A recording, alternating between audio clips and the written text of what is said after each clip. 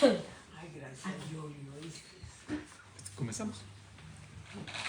Buenas noches, mis hermanos.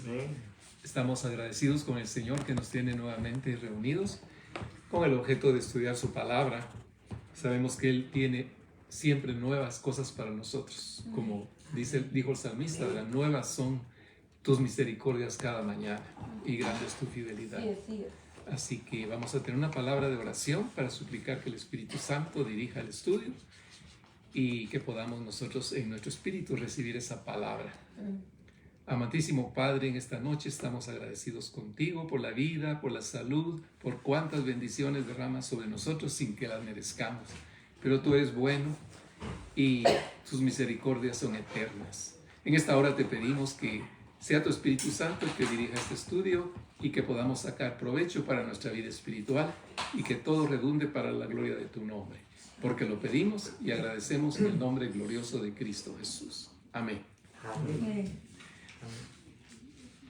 Y esta noche quiero compartir con ustedes sobre el libro de Efesios.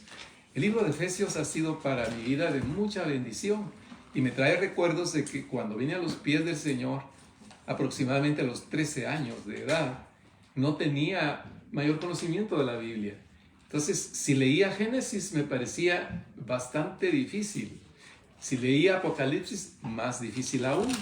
Pero entonces yo me ponía en la sala de la casa y comencé a ver las epístolas del apóstol Pablo y me llenaban de tanta alegría y las entendía y mi espíritu las percibía. Entonces yo me sentía con gran gozo. A veces leía un párrafo pequeño y sentía como que ya tenía yo el cupo, lo que yo necesitaba para ese momento. Y la verdad que así es. A veces necesitamos un solo versículo. No tenemos que leer muchos capítulos, que no es malo hacerlo, pero a veces un versículo, una palabra, y llega a ser rema en nuestra vida y se llega a ser una realidad. El estudio de esta noche, como decía, es estudio sobre el libro de Efesios. Y me gustaría clarificar algunas cosas porque hay quienes no están familiarizados con por qué es la razón que se llama Efesios, ¿verdad? La verdad es de que Efesios eran los hermanos que vivían en la ciudad de Éfeso, ¿verdad? Éfeso, en la época del apóstol Pablo, era una ciudad grande, rica, influyente y comercial. Dice que Éfeso estaba ubicada en lo que es ahora el sureste de Turquía, para que nos ubiquemos mentalmente, ¿verdad? ¿Dónde quedaba Éfeso? Era un centro cultural, educativo, político y sobre todo religioso. Éfeso era una de las ciudades más grandes del Imperio Romano, pero increíblemente Éfeso no había sido fundada por los romanos. Éfeso fue fundada por los griegos y uno de los reyes griegos le cedió esta ciudad a los romanos.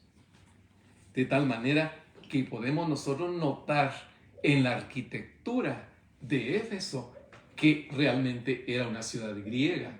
¿Cómo podemos nosotros verlo?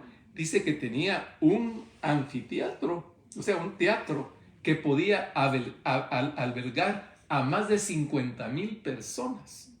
Era el teatro más grande del mundo en su época, ¿verdad? Ahora nosotros en la era moderna escuchamos de estadios que pueden sentar 144,000 personas, no sé qué cantidades, ¿verdad? Pero en ese tiempo era grandísimo. Además de eso, Éfeso era muy famosa porque ahí había un gran templo enorme, pero de dimensiones parece ser el más grande de la arquitectura griega, y era el templo a la diosa Diana, o sea, también se le llamaba Afrodita. Eran columnatas, cantidades, no averigüé cuántas columnatas tenía, pero eran columnas de mármol. Era un lujo tremendo. Y albergaba la imagen de la diosa Diana, ¿verdad? O sea, Afrodita. Esta imagen dice que era hecha de madera de ébano, cubierta de oro y de plata. Y este templo es considerada a la época como una de las 7 maravillas del mundo, como la Torre de Alejandría, como los jardines colgantes de la Babilonia, etc. Entonces vemos que sí era una ciudad muy, muy importante y que era famosa también, claro, por las artes mágicas y el ocultismo. Qué feo. Tremendo. Era una ciudad cosmopolita, es decir, que la gente hablaba toda clase de idiomas. Si usted caminaba por ahí, por Éfeso en esos tiempos, escuchaba diferentes idiomas, diferente tipo de indumentaria de la gente que caminaba en Éfeso, ¿verdad? Porque venían grandes peregrinaciones hacia el templo de Afrodita. ¿Qué más puedo decirles? Pues básicamente ya esto nos da a nosotros una idea de cómo era Éfeso. Y el apóstol Pablo les escribió a los efesios. Y por eso de ahí viene el nombre Efesios, ¿verdad? Eran los habitantes de la ciudad de Éfeso. El apóstol Pablo escribió este libro, esta carta, que también se le llama epístola. Ahora, ¿por qué se le llama epístolas? Era porque eran cartas que debían leerse no solo para el recipiendario, en este caso a los efesios, sino que debían que ser leídas en todas las demás iglesias cristianas, ¿verdad? Especialmente en las que el apóstol Pablo había fundado. El apóstol Pablo ejerció una labor eficaz misionera en Éfeso durante 2 años. Y si mal no estoy, es una de las iglesias más grandes que el apóstol Pablo fundó. Y estuvo, imagínense, 2 años. El apóstol Pablo no tardaba mucho tiempo, a veces tardaba 1 día, a veces 2 días. A veces habían iglesias que no habían conocido al apóstol Pablo y que él solamente les enviaba misioneros, ¿verdad? Hacia la iglesia. Ahora, años más tarde, el apóstol Pablo fue encarcelado en Roma. Y desde ahí él enviaba, ¿verdad?, las cartas para las diferentes iglesias. Era un varón que ha sido de inspiración para tantos. Yo soy uno de los que ha admirado el ministerio del apóstol Pablo, porque es un ministerio muy particular y lo vamos a estar viendo al estudiar el libro de los Efesios. El objeto de la carta de Pablo a los Efesios era recordarles su nueva identidad en Cristo. Es que el apóstol Pablo era como un padre espiritual para sus iglesias. Él vivía preocupado. Él no se preocupaba por estar en la cárcel. Eso a él no le preocupaba. Porque él decía, para mí, el vivir es Cristo y el morir es ganancia. Él había tenido un encuentro tan personal y tan especial y distintivo con el Señor Jesucristo que él decía, pues para mí el vivir es Cristo y el morir es ganancia. Y él decía también, él quería recordarles a los efesios pues su situación espiritual. También se lo recordó en otra oportunidad a los corintios. En 2 Corintios 5:17 podemos leer que dice que de modo que si alguno está en Cristo, nueva criatura es. Las cosas viejas pasaron y todas aquí son hechas nuevas. Ahora, ¿por qué digo esto? Porque el empeño de Pablo era que los efesios no se olvidaran de lo que Dios había hecho por ellos. Porque la situación espiritual en Éfeso era una lucha continua. Nosotros estamos también viviendo esa lucha en la iglesia hoy en día, ¿verdad? Hay un enfriamiento, una tibieza en la iglesia cristiana, ya no es lo que fue, ¿verdad? Entonces, Dios levanta en su misericordia siervos que verdaderamente tienen el corazón de Dios y se preocupan por sus congregaciones y les recuerdan a estas congregaciones, ¿verdad?, de cuál es nuestra identidad en Cristo.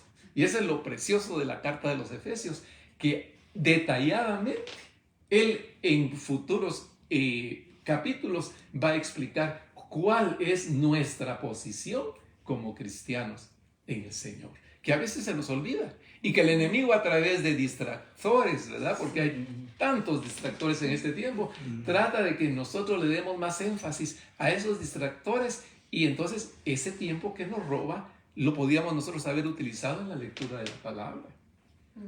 Yo me quedo atónito a veces que digo, yo voy a contestar unos mensajes de WhatsApp que me han enviado y saludos. Y cuando me he dado cuenta se me ha ido media hora, 1 hora y después sí ya me atraso en otras cosas y son distractores. y que una película, que un TikTok, que esto. ¿Y cuántas veces es basura? El mismo apóstol Pablo lo dijo, ¿verdad? Todo lo demás lo tengo por basura.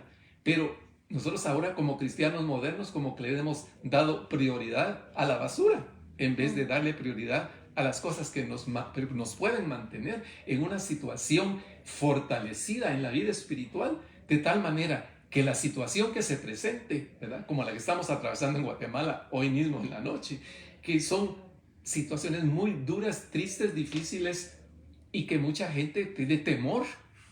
Hay mucho temor. Pero el que está asentado y tiene sus bases en Cristo Jesús no puede tener temor. Porque la misma palabra dice que el verdadero amor echa fuera el temor. ¿Verdad? ¿Qué temor podemos nosotros tener? Si el apóstol Pablo decía, sí, para mí el vivir es Cristo y el morir es ganancia, ¿y qué estaba diciendo? Para mí morir es mejor, porque si me matan, me voy a la presencia del Señor. Pero decía el apóstol Pablo, pero es que yo tengo un trabajo que hacer entre ustedes. Por amor a ustedes, quiero estar aquí. Entonces me encuentro en aprieto, porque quisiera irme con el Señor, pero quisiera estar con ustedes para estarlos edificando, ¿verdad?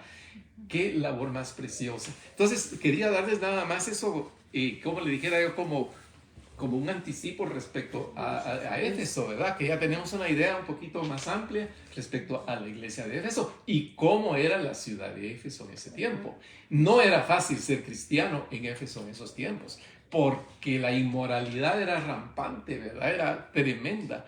Y precisamente llegaban turistas de todas partes del mundo a Éfeso a esta clase de peregrinaciones. Pero no eran peregrinaciones, sino que eran cosas terribles que no tiene caso que las mencionemos.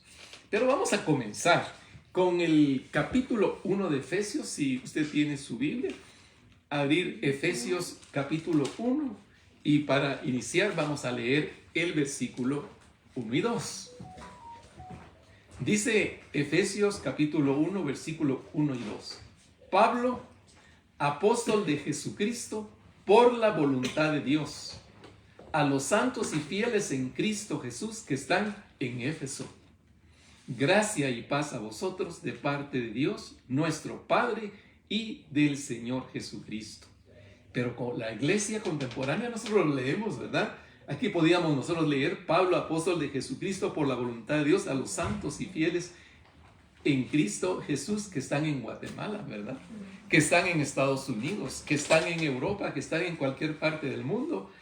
Estas cartas, estos consejos, estas exhortaciones del apóstol Pablo son válidas para nuestros días y seguirán siendo válidas cuando nosotros ya nos encontremos sobre la faz de la tierra. Vamos a analizar un poquito. Fíjese que aquí se habla del autor de la carta.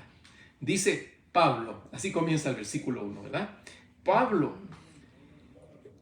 por excepción, Pablo no asocia consigo mismo a ninguno de sus colegas a dirigir esta carta a los Efesios, quizá a causa del carácter de carta circular que notamos en la introducción, porque en otras cartas del apóstol Pablo notamos que dice Pablo, Lucas y así Caio, y menciona a otros hermanos en la misma carta. Pero aquí era algo que era más directo, era una circular a las iglesias. Pablo pensaba que ya no tenía mucho tiempo de vida tampoco, ¿verdad? Entonces él tenía que ser muy directo en que le dijera su correspondencia con las iglesias. De todos modos, la autoridad de las epístolas paulinas se deriva de la comisión de Pablo mismo como apóstol en el sentido especial y restringido. Mire qué tremendo esto. Me llama mucho la atención porque yo pensaba, ¿qué puedo compartir? Yo le pedía al Señor, ¿qué puedo compartir? Pero el domingo, si ustedes estuvieron en el culto, el pastor Luis Bravo compartió, ¿verdad?, acerca del apostolado y pues esto tiene que ver porque Pablo está dando sus credenciales, ¿verdad? ¿Quién es él? ¿Verdad? ¿Quién escribe esto? Y dice Pablo. Pero el apóstol Pablo, como nosotros ya lo conocemos, él tuvo una experiencia espiritual al conocer a Cristo extraordinaria. De perseguidor llegó a ser perseguido, pero Cristo mismo se le apareció a él. Cristo mismo lo comisionó a él como apóstol. A él no lo llamaron, dijeron, ay, mire, vamos a una fiesta y como usted es pastor de hace tiempo, aquí lo vamos a nombrar apóstol. No fue así. Cristo mismo. Y Pablo tenía esa certidumbre que a él no lo movía nada. Él decía, a mí no me... si para ustedes no soy apóstol, eso a mí no me molesta. Yo el apostolado lo recibí de parte del Señor. Y es por eso que cuando nosotros tenemos un título que nos dan de pastor, de lo que sea, ¿verdad? Evangelista, nosotros tenemos que tener la certidumbre de que fue el Señor quien nos llamó. Porque si no, cualquier persona va a venir y nos decía, si tú no eres apóstol, ¿y tú quién eres? ¿Quién te nombró a ti? Y si yo estoy seguro que llega uno con un apóstol de los que de los contemporáneos, ¿verdad? Que tenemos el apostolitis de moda. Y uno puede llegar y ¿a ti quién te puso de apóstol? Ah, no, es que a mí me mandaron de aquí, No, se te apareció Jesucristo, que es una de las señales del apostolado. ¿Qué maravillas, qué milagros, qué prodigios has hecho? Ah, no, pero qué fácil es. Que yo decreto, que yo mando. ¿Quién eres tú para decretar y mandar? Pero el apóstol Pablo, por eso él tenía un llamado que era restringido, porque era un enviado directamente por Jesucristo. Ahora, ser un apóstol en esta época no es igual a ser apóstol en la época pasada. El apóstol ahora es un enviado en una misión especial. Si la iglesia manda a alguien a un lugar para que abra una obra y se levante esa obra, lo están enviando y a eso se le llama ser apóstol. O sea, el apóstol es un enviado de la congregación. Ahora, apóstoles, los 12 apóstoles, que Jesucristo mismo los escogió, Él los fue a llamar y los escogió. Pero, ¿qué sucedió cuando Judas negó al Señor, lo entregó? ¿Cuántos apóstoles se quedaron? 11, ¿verdad? Entonces Pedro, como él era líder y siempre era el primero que opinaba, hay muchos teólogos que piensan que Pedro no tenía por qué haber nombrado a otro apóstol, ¿verdad? Como fue Matías. Pero como tenía un número 12, ¿verdad? Y el número 12 tiene una relevancia en lo que es la numerología hebrea. Él dice que, bueno, nombremos pues a otro para que cubra al que se fue, ¿verdad? Que era Judas. Pero escogieron varones. Fíjese, el requisito para ser apóstol y cubrir a Judas, habían requisitos. No cualquiera. El requisito era que hubieran andado con el Señor Jesucristo todo el tiempo. Era uno de los requisitos, ¿verdad? Y entonces vieron a Matías y él había estado con Cristo, vio todos los milagros y todo. Es que, recuérdense, hermano, que el apostolado no es nada más de llamarse apóstol y que se le llene la iglesia y por allá les diga, vamos con el apóstol, que me dé cobertura, que el apóstol... No, los apóstoles fueron buscados por Jesucristo porque Él los entrenó. Ellos vieron las maravillas que hizo Jesucristo y Él les dio la autoridad a ellos y el mismo poder. E incluso les dijo, mayores obras haréis vosotros. Sí. ¿Verdad? Pero no fue a todos. Fueron 12, ¿verdad? Entonces el apóstol Pablo, aquí por eso decimos que el apóstol de él, su visión era restringida. ¿Por qué? Porque a él no lo nombró ninguno otro más que el Señor Jesucristo. ¡Qué privilegio, hermano! Pues el apóstol Pablo, verdaderamente que él dijo, yo lo he perdido todo, porque él dejó la posición que tenía en su nación. Él era un hombre sobresaliente, estudiado. Dice que estudió a los pies de Gamaliel, el maestro más grande que había en la universidad de ese tiempo, ¿verdad? Pero él dijo, y todo eso lo tengo por basura, porque a él ya no le interesaba nada. El apóstol Pablo, de tener esa prepotencia, ese orgullo que tenía siendo él un erudito, después llegó a decir de que sus palabras fueron tan sencillas, porque él comenzó su apostolado temblando y con temor, ¿verdad? Porque estaba sirviendo al que se le había aparecido, al Dios mismo, al Señor Jesucristo, ¿verdad? Qué tremendo. Entonces vemos aquí que el apostolado que él recibió era diferente. Tanto así que cuando él subió a Jerusalén, dice que no, él no hizo junta de todos los apóstoles para decirle, mire, yo soy otro apóstol más y todo. No, él ya tenía definido su apostolado. Ya el Señor lo había entrenado. Cristo mismo lo entrenó, hermanos. Que me diga uno de los apóstoles que están ahorita de moda, si Cristo mismo lo ha comisionado a él directamente, y si tiene el poder, y si tiene los prodigios, que los muestren. No me muestre el título y que todo el mundo se... No. Siervo, el apóstol Pablo decía, siervo de Jesucristo, el más pequeño de todos. Yo leí una oportunidad que decía que los siervos de Dios son las alfombras de la iglesia. Ah, pero dígale un siervo ahorita. Siervo significa ser rey, no significa... Siervo significa ser esclavo. Y lo reconocía el apóstol Pablo, lo decía continuamente. Yo, Pablo, esclavo de Jesucristo. Pero él no lo decía con tristeza, él lo decía con gozo. Porque era la clase de esclavo, de los esclavos que habían sido comprados en el mercado de esclavos. Y que esa persona que los había comprado después les había dado la libertad. Y les decía, eres libre. Y al que había sido comprado decía, no, yo no me quiero ir. Si tú me compraste, yo quiero servirte el resto de mi vida. Entonces era un apostolado, era una esclavitud por amor. Y eso lo reconocía el apóstol Pablo. Eso es lo que es ser siervo. Reconocer que no somos nada. Cristo en mí es la esperanza de gloria, dice la palabra de Dios. Sigamos. Y dice, solo una palabra hemos leído. Pablo el apóstol. Seguimos.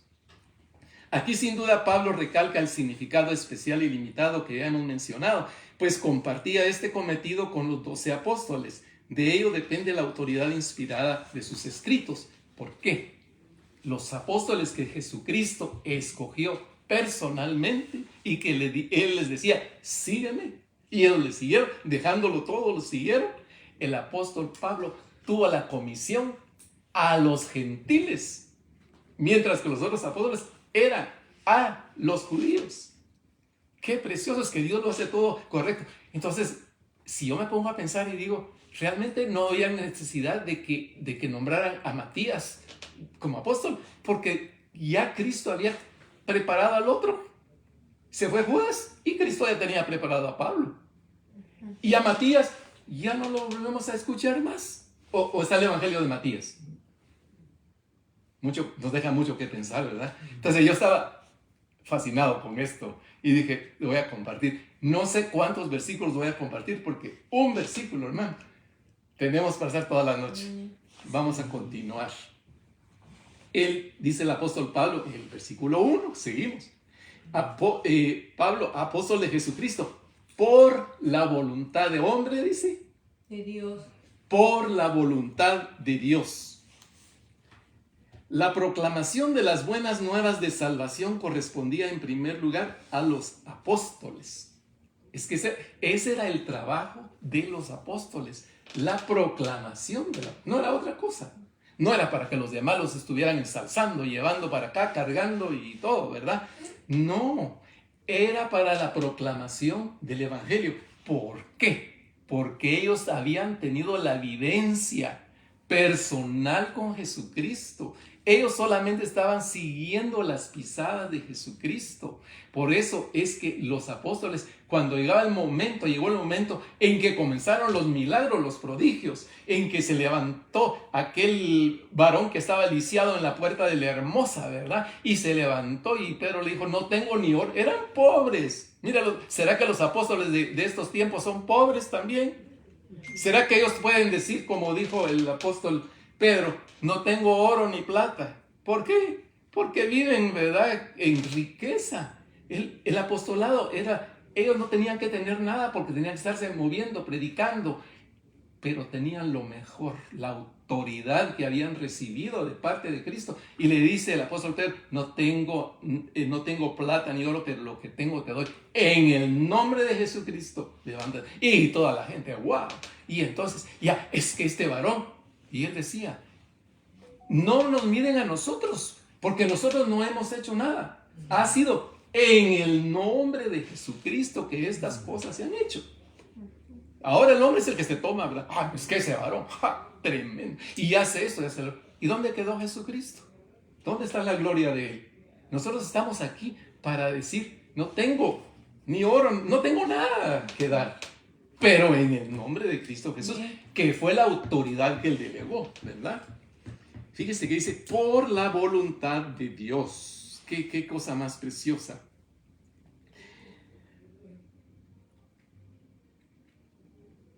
Ahora, vamos a ver los receptores de la carta. ¿Quiénes son los receptores de la carta? Pues los hermanos que vivían en la ciudad de Éfeso, ¿verdad? Este mismo versículo dice, a los fieles, ¿verdad? A los santos y fieles en Cristo Jesús. En un estudio detenido del término santos, ¿verdad? Ahorita hay muchos cristianos que les da vergüenza que si alguien les llama santos, ¿verdad? Ay, no, dicen, no, y quieren hacerse así. Ay, no, es que yo no soy santo, ¿verdad? Pues si no es santo, tendría que ser santo. Porque la palabra de Dios dice, ¿ser santos? ¿Por qué? Porque yo soy santo. Y si mi Padre es santo, yo tengo que ser santo, ¿verdad? Entonces, no es una modestia así, ay, no, hermano, yo no soy santo. Claro, perfectos no somos, pecadores sí somos, pero somos llamados a ser santos, ¿verdad? Dice a los santos, tal como se emplea en la epístola de Pablo, revela que se aplica a todos los verdaderos creyentes, por cuanto estos se hayan separados del pecado del mundo en Cristo Jesús. Eso significa ser santo. ¿Qué significa? Separado, ser diferente. ¿Qué está pasando con la iglesia contemporánea? Se parece al mundo. Es increíble, pero ¿qué diferencia hay en la forma en que nosotros nos vestimos a la forma en que se viste el mundo? Es que nos queremos parecer a ellos.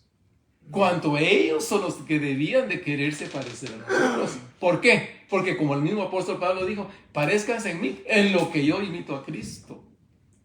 Pero ahora queremos nosotros ser como el mundo. Y por eso el apóstol Pablo les decía que nosotros no debemos, dice, ser como el mundo. Y ser como ellos. Mimetizarnos con el mundo, ¿verdad?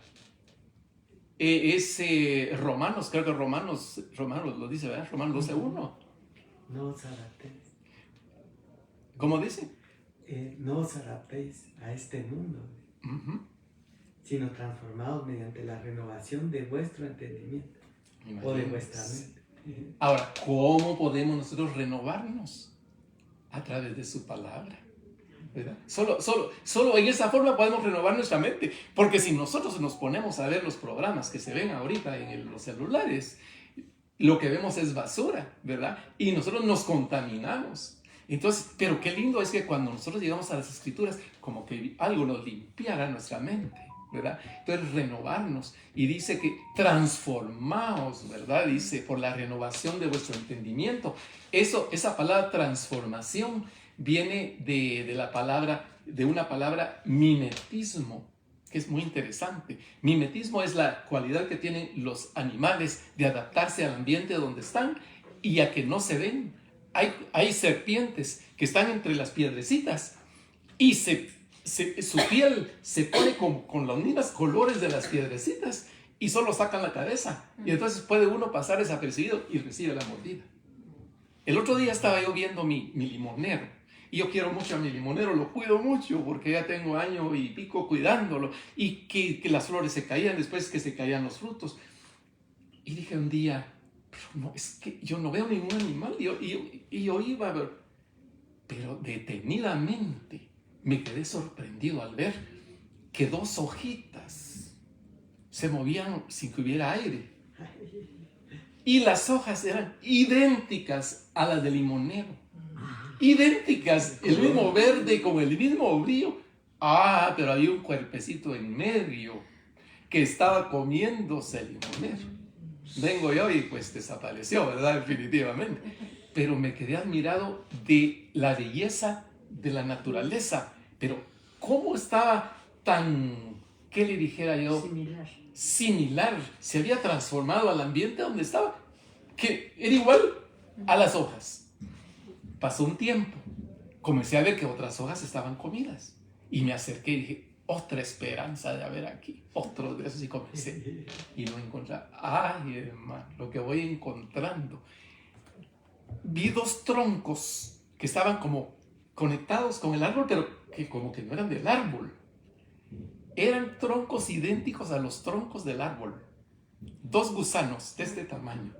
Del mismo grosor del limonero. Y el color. Pero con una parte se apoyaban en el limonero y con la otra comían. Me costó quitarlos de donde estaban. Eran 2 troncos. ¡Qué adaptación! ¡Qué cosa más fea! Nosotros hemos oído del camaleón, ¿verdad? Que el camaleón cambia de acuerdo a la ocasión. Pero ¿cuántos cristianos son como camaleones, verdad? Que depende de donde estén, así. Si están en un grupo de gente, se comportan igual, los mismos chistes, las mismas risadas. Y nunca se dan a conocer como cristianos. Porque ellos ya se han mimetizado de tal manera que, pues, son de la secreta, ¿verdad? Y Dios no nos ha llamado a eso, sino dice la palabra, a los santos, a los apartados. A eso nos llama Dios en este mundo, en este día. Es un conflicto y es un conflicto final. Entonces Satanás está lanzando sus ataques más duros. Y cada día la vida cristiana se hace más difícil. Así es. Más difícil. No hay edad ya para que esté uno en tentaciones, porque el enemigo le pone a uno un buffet de cosas, ¿verdad? Entonces, solamente, por eso la palabra dice, sé fiel hasta la muerte, y yo te daré la corona de la vida. Y uno de los grandes llamados de la atención a la iglesia, de las iglesias en el Apocalipsis, es a la iglesia tibia, ¿verdad? Y es la época que estamos viviendo, la época de la Odisea. Dice, por cuanto no eres ni tibio ni caliente. Cualquier cosa que sucede nos baja en vez de subirnos. Yo lo pude ver durante la pandemia. Durante la pandemia la gente se llenó de temor y de terror. Había una radio cristiana y yo oía a esos pastores y los admiraba y decía que llevaban los programas y decían, hermanos, confiemos en el Señor. En esta época, gente llamaba llorando. Y es que estoy en pecado, es que he estado viviendo mi vida de pecado y quiero reconciliar. Ay, hermano, era una de reconciliaciones, el programa era de reconciliaciones y reconciliaciones. De tal manera que yo decía, wow, Señor, qué tremenda época estamos viviendo. Y yo decía, cuando termine este periodo de la pandemia, las iglesias no van a alcanzar, porque después de toda esta prueba, si Dios nos da la vida, después de que cuántos millones murieron, ¿verdad?, en la pandemia, pasó la pandemia y ahora las iglesias están diezmadas. En vez de que nos hubiéramos puesto con un pensar de gratitud hacia el Señor que nos dio de nuevo la vida, de nuevo se nos olvida. Y así era el pueblo de Israel también, ¿verdad? Dios los bendecía grandemente y se les olvidaba. Y caían y el Señor, entonces es un círculo vicioso. Y Dios quiere que nosotros los cristianos ahora, me lo predico a mí mismo, ¿verdad? Que nosotros seamos pero un círculo glorioso, de continua búsqueda al Señor. Pero solamente si nosotros buscamos al Señor en oración y estudio de su palabra, podremos nosotros seguir adelante en una época tan difícil y que podamos nosotros mantenernos firmes, hermanos, sin fluctuar, que vivamos sin temor, que salgamos y nosotros digamos, Señor, tú eres el creador, sustentador y gobernador. Cantamos el corito que dice, Jehová reina. Entonces, si Él reina, entonces Él tiene un propósito para nuestras vidas. Él tiene una fecha, tuvo una fecha para nuestro nacimiento y ya tiene una fecha para nuestra muerte. Ni antes ni después. Hay un pastor que dice continuamente, miren, nadie se muere en la víspera, porque vamos a estar nosotros entonces en temor. Hoy estamos en el versículo 1 todavía de Efesios. Cuando tenga solo 5 minutos me dice mi hermano, por favor. Sí. Porque Sí, Falta, hermano. a los santos y fieles en Cristo Jesús. Y fieles, mire, qué difícil es ser fiel, ¿verdad? Y mire, y si en alguna relación se aprecia la fidelidad, es en el matrimonio, ¿verdad? Es que es una cualidad preciosa que ahorita, de la cual se carece totalmente, ¿verdad? Pero la fidelidad es tremenda y nosotros tenemos que ser fieles al Señor. ¿Por qué? Porque Él es fiel a nosotros. Y nosotros, ay hermano, el Señor es fiel. Sí, pero ¿y si nosotros?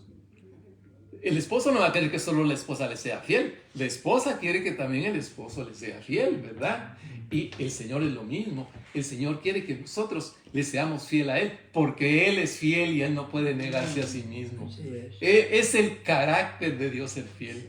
Entonces nosotros como cristianos tenemos que desarrollar carácter. Quiere ser la forma de ser que es Dios. Por eso es que somos santos, apartados para el servicio de Dios, pero se nos olvida. Entonces viene esta carta del apóstol Pablo a recordarle a los hermanos de Éfeso, de Guatemala, de todo el mundo, quiénes somos en Cristo Jesús. El origen del concepto se halla en las personas y objetos santificados. Dice que los objetos que se usaban para la adoración en el templo de Israel, en el tabernáculo, fueron santificados. Eran tan santificados que solamente los sacerdotes, ¿verdad? Los levitas podían cargarlos. Y eso los podían cargar siempre que estuvieran cubiertos con cierta clase de telas y todo eso, porque eran apartados para el Señor. ¿Cuánto más nosotros tenemos que cuidarnos, ¿verdad? Cuidarnos para poder vivir en santidad. ¿Por qué? Porque sin santidad nadie podrá ver al Señor. Los santos son también fieles, que equivale a creyentes. En general, sin que falte el indicio que han de ser constantes en su profesión de fe, siempre en Cristo Jesús. El que es fiel es constante. Dice que no es lo más importante cómo comenzamos, ¿verdad? Es que yo en la vida cristiana aquí comencé. Sí, lo más importante es cómo terminamos, ¿verdad? Que el Señor nos mantenga fiel. Hay un himno muy lindo que dice: manténme fiel, oh Cristo, ¿verdad? Que ese sea nuestro clamor al Señor: manténme fiel. Ahora, el apóstol también les da un saludo. Y uno de los términos del saludo que vemos en este versículo 1 y 2 dice: gracia y paz a vosotros. He aquí la bendición normal con la que Pablo empieza sus cartas, con gracia, deseándoles la gracia de Cristo y la paz. Dice que la palabra paz para los judíos es una palabra muy fuerte, con mucho significado. La palabra paz no como nosotros en el mundo ahorita la usamos. Paz. Es que va a haber un tratado de paz entre tales naciones. Tratado de paz y los están quebrantando inmediatamente, ¿verdad? No son fieles a ese tratado que han hecho. Pero cuando en hebreo se dice shalom, lo que se está hablando de una paz integral, de espíritu, de alma y de cuerpo. Si alguien le desea shalom, quiere decir que estés bien en todo sentido, ¿verdad? Pero en el mundo, cuando le preguntan a la gente, yo me recuerdo que en italiano cuando estuve estudiando italiano, decía, ¿cómo está lei? Le preguntaba, ¿cómo está? Cozzi, cozzi, y haciendo la mano así como el pescadito, ¿verdad? Ese es el mundo, pero no es el cristianismo, ¿verdad? Sino que nosotros tenemos que pedirle a Dios ese shalom, esa paz en medio de la tormenta, ¿verdad? Esa paz que sobrepasa todo entendimiento, que en esas situaciones tan difíciles uno mismo diga, pero por lo que estoy pasando, y tengo paz. Y la gente que lo ve, somos un testimonio para ellos. Pero es que usted debería estar, pues sí, pero yo no entiendo. Es que siento que el Señor tiene todo bajo control. Y que el Señor no me va a dejar. Qué lindo, ¿verdad? Pero eso solo lo logramos a través de la renovación de nuestro entendimiento cuando leemos la palabra del Señor. En el libro de Isaías, hermano, que es precioso, hermano. Eso, promesa tras promesa tras promesa. Uno puede vivir por todas las promesas que el Señor le ha hecho. Hay un corito que se cantaba antes en las iglesias que se llama Las promesas del Señor mías son. Ahora, me hubiera gustado preguntarle, ¿qué promesa del Señor es suya? Y canta uno las promesas, sí, pero a la hora del conflicto, no, yo estoy aferrado, estoy asentado en las promesas del Señor. Porque Él dice, yo no te dejaré ni te desampararé. Aunque el enemigo venga como río, el Espíritu de Jehová levantará bandera contra ti, hermano. ¿Qué más podemos nosotros? Si con Cristo todo es ganancia. Esa es una seguridad que Él nos da en todo momento, que nosotros verdaderamente a veces nos debíamos sentir avergonzados. Lo digo por mí mismo, porque se nos olvidan esas promesas gloriosas que nos hace. ¿Por qué? Porque no leemos la palabra del Señor. Pero si la leemos, vamos a estar reconfortados continuamente a través de esa misma palabra. Paz era el saludo normal de los hebreos, como les decía anteriormente. Es la aceptación tranquila y confiada de la voluntad de Dios, aún en medio de las circunstancias que parezcan adversas y dolorosas. Es que, hermano, el ser cristiano no quiere decir que no vamos a tener problemas. Si Jesucristo mismo lo dijo. Jesucristo no anduvo ofreciendo un evangelio que para de sufrir, ¿verdad? No, Él dijo, en el mundo tendréis aflicción, pero confiad, yo he vencido al mundo. Amén. Es que, hermano, en la lucha esta que estamos teniendo espiritual, hay un ganador, como en toda guerra. Hay un ganador y un perdedor. Y aquí ya está determinado, hermano. Aquí Jesucristo en la cruz del Calvario ya venció a Satanás con su sangre. Lo venció a la muerte, venció al pecado. Y nos compró con su sangre. Y nos compró para Dios. Para que seamos para alabanza de la gloria de su gracia. Ese es el propósito que nos salvó. Para alabanza de la gloria de su gracia. Qué maravilloso, ¿no? Entonces, somos más que vencedores en Cristo Jesús.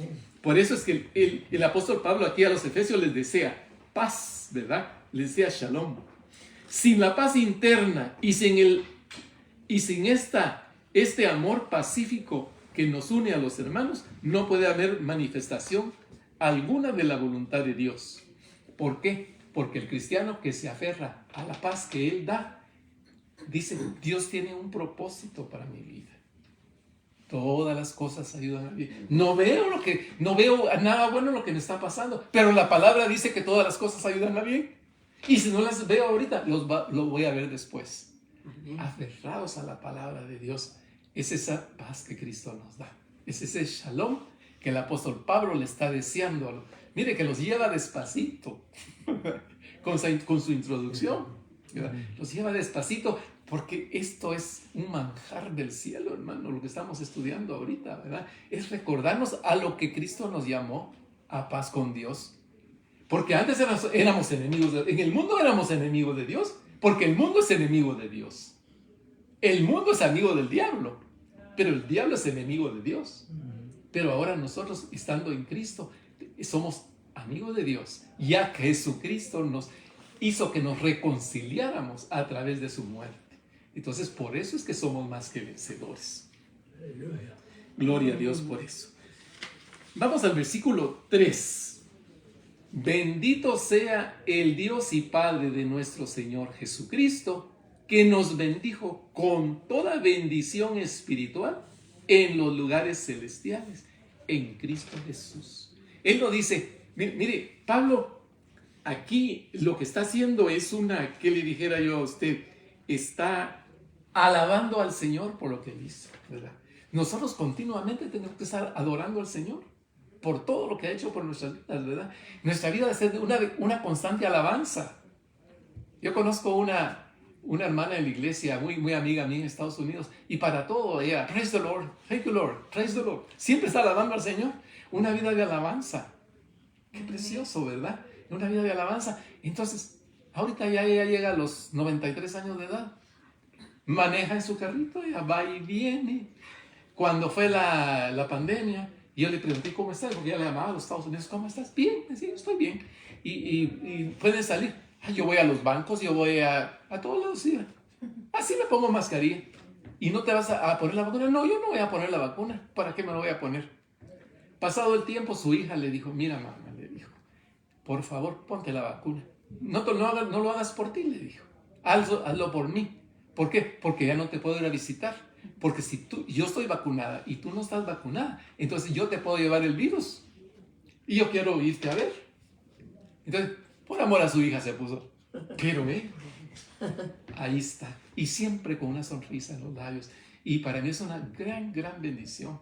A veces cuando me he sentido un poquito triste la llamo y comenzamos a platicar y ella me dice, fíjate que tengo tal y tal problema. En el primer momento le dije, fíjate que tengo un problema legal, pues en el sentido de que no puedo ir a Estados Unidos y por el asunto de mi jubilación, pues yo necesito llenar papelería y todo y no puedo y no lo logro por tener. Entonces me dice, no tengas pena, me decía. Mira, tú haz lo que te corresponde hacer y punto. Haz tus deberes, me decía. Y déjalo en las manos del Señor. Y fue muy difícil, pero sobrenaturalmente resultó. Me contestaba, me daba un teléfono por aquí, otro por ahí, llamaba por aquí, llamaba por allá, y de repente todo se normalizó.